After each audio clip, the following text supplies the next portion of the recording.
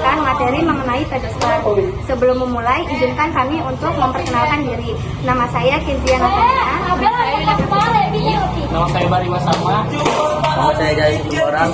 Dan ada satu lagi kawan kami yang namanya Ananda Bagus yang tidak hadir. Kami berhalangan. Tanpa mengulur waktu, mari kita mulai penjelasannya. Podosfer. Podosfer adalah lapisan tanah yang menempati bagian paling atas lapisan dan litosfer, lapisan paling atas dari permukaan bumi, tempat berlangsungnya proses pembentukan tanah. Podosfer adalah tempat di mana proses-proses geologi, biologi, dan kimia terjadi dan di mana tanah terbentuk. Podosfer memainkan peran penting dalam ekosistem bumi karena podosfer yang menopang kehidupan seperti menyediakan tempat tumbuhnya tanaman dan habitat bagi hewan. Selain itu, podosfer membantu mengatur siklus air dengan menyerap dan menyimpan air serta mengatur kualitas udara. Dalam keseluruhan, podosfer adalah komponen penting dari sistem bumi yang memainkan peran penting dalam menopang kehidupan dan mengatur proses-proses geologi, biologi, dan kimia. Bagian A. Profil tanah. Profil tanah adalah gambaran vertikal dari struktur tanah yang menunjukkan lapisan tanah yang berbeda-beda. Profil tanah dapat membantu kita memahami karakteristik tanah seperti tekstur, struktur, dan komposisi. Komponen profil tanah. Yang pertama adalah horizon. Lapisan-lapisan tanah yang berbeda-beda seperti horizon A, B, dan C. Tekstur. Ukuran dan bentuk partikel tanah seperti pasir, liat, dan debu. Struktur. Cara partikel tanah tersusun seperti struktur granular, blok, atau prismatik. Komposisi bahan-bahan yang terkandung dalam tanah seperti mineral, organik, dan air. Jenis profil tanah. Yang pertama adalah profil tanah mineral. Tanah yang terdiri dari mineral-mineral seperti pasir, liat, dan debu. Yang kedua adalah profil tanah organik. Tanah yang terdiri dari bahan organik seperti humus dan kompos. Yang ketiga, profil tanah hidromorfik. Tanah yang terbentuk dari daerah yang tergenang air seperti rawa dan delta. Dalam keseluruhan, profil tanah adalah gambaran penting dari struktur tanah yang dapat membantu kita memahami karakteristik tanah yang mengelola sumber daya alam. B. Sifat fisik tanah. Sifat fisik tanah adalah karakteristik tanah yang dapat diukur dan diamati secara langsung. Berikut adalah beberapa sifat fisik tanah yang penting. 1. Tekstur tanah. Ukuran dan bentuk partikel tanah seperti pasir, liat, dan debu. 2. Struktur tanah. Cara partikel tanah tersusun seperti struktur granular, blok, atau prismatik. Yang ketiga, konsistensi tanah. Kemampuan tanah untuk mempertahankan bentuk ketika diberi tekanan, seperti konsistensi lunak, sedang, atau keras. 4. Porositas tanah. Jumlah pori-pori di dalam tanah yang dapat diisi dengan air atau udara. 5. Permeabilitas tanah.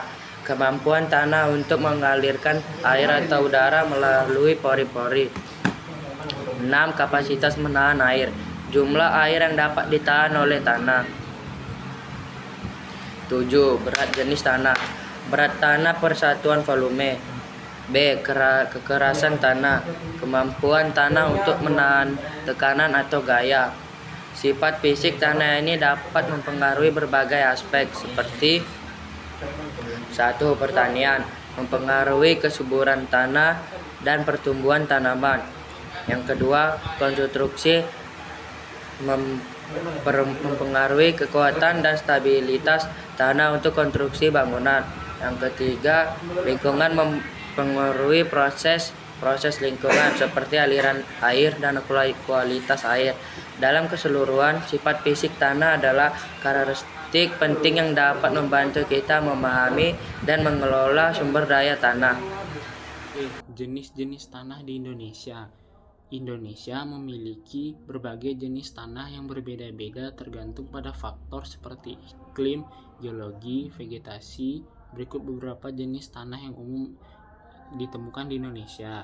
Yang pertama, tanah latosol, tanah yang terbentuk dari batuan vulkanik dan memiliki sifat yang subur. Yang kedua, tanah potsolik, tanah yang terbentuk dari batuan granit dan memiliki sifat yang asam. Yang ketiga, tanah andosol, tanah yang terbentuk dari abu vulkanik dan memiliki sifat yang subur. Keempat, tanah regosol, tanah yang terbentuk dari batuan sedimen dan memiliki sifat yang kurang subur. Kelima, tanah grumosol, tanah yang terbentuk dari batuan kapur dan memiliki sifat yang subur. Keenam, tanah histosol, tanah yang terbentuk dari bahan organik dan memiliki sifat yang sangat subur. 7. Tanah vertisol, tanah yang terbentuk dari batuan sedimen dan memiliki sifat yang sangat subur. 8. Tanah oltisol, tanah yang terbentuk dari batuan granit dan memiliki sifat yang asam. C. Faktor pembentuk tanah. Saya akan menjelaskan beberapa faktor pembentuk tanah. Di antaranya yang pertama ada bahan induk, batuan, mineral, dan bahan organik yang menjadi bahan penyusun tanah.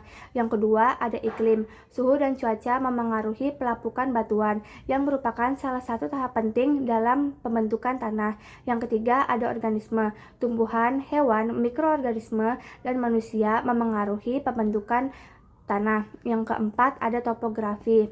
Kondisi medan yang memengaruhi pembentukan tanah. Yang kelima, ada waktu. Lama waktu yang dibutuhkan untuk proses pembentukan tanah. Halo semua, saya Yulia akan menjelaskan materi mengenai pengelolaan tanah. Pertama-tama, pengertian pengelolaan tanah adalah kegiatan yang dilakukan bertujuan untuk memelihara ataupun meningkatkan kualitas tanah agar tanah dapat digunakan secara berkepanjangan. Ada beberapa aspek dari pengelolaan tanah. Yang pertama, yaitu konvensi tanah, melindungi dari erosi, degradasi, dan pencemaran. Dan kedua, yaitu penggunaan lahan, menggunakan lahan untuk kegiatan seperti kegiatan pertanian, konstruksi, dan kegiatan lainnya. Yang ketiga, yaitu menjaga kesuburan tanah. Menjaga kesuburan tanah itu banyak tahu caranya. Salah satunya yaitu menggunakan pupuk ataupun kompos. Yang keempat, yaitu mengendalikan erosi. Mengendalikan erosi dapat dilakukan dengan beberapa teknik. Salah satu teknik diantaranya yaitu teknik terasering. Dan yang terakhir yaitu pengelolaan air. Pengelolaan air untuk keperluan seperti keperluan industri, keperluan domestik, dan keperluan pertanian. Di samping itu ada beberapa tujuan dari pengelolaan tanah. Yang pertama yaitu meningkatkan produktivitas untuk melakukan kegiatan seperti pertanian ataupun lainnya. Yang kedua yaitu mengurangi degradasi tanah akibat erosi. Dan yang terakhir yaitu meningkatkan kualitas lingkungan dengan cara mengurangi degradasi ataupun pencemaran lingkungan. Nah, sekian penjelasan dari saya mengenai pengelolaan tanah. Mohon maaf jika terdapat kurang. Terima kasih. Sekian video penjelasan dari kami mengenai pedosfer. Mohon maaf jika ada perkataan atau perbuatan yang salah. Sekian, terima kasih. Wassalamualaikum warahmatullahi wabarakatuh.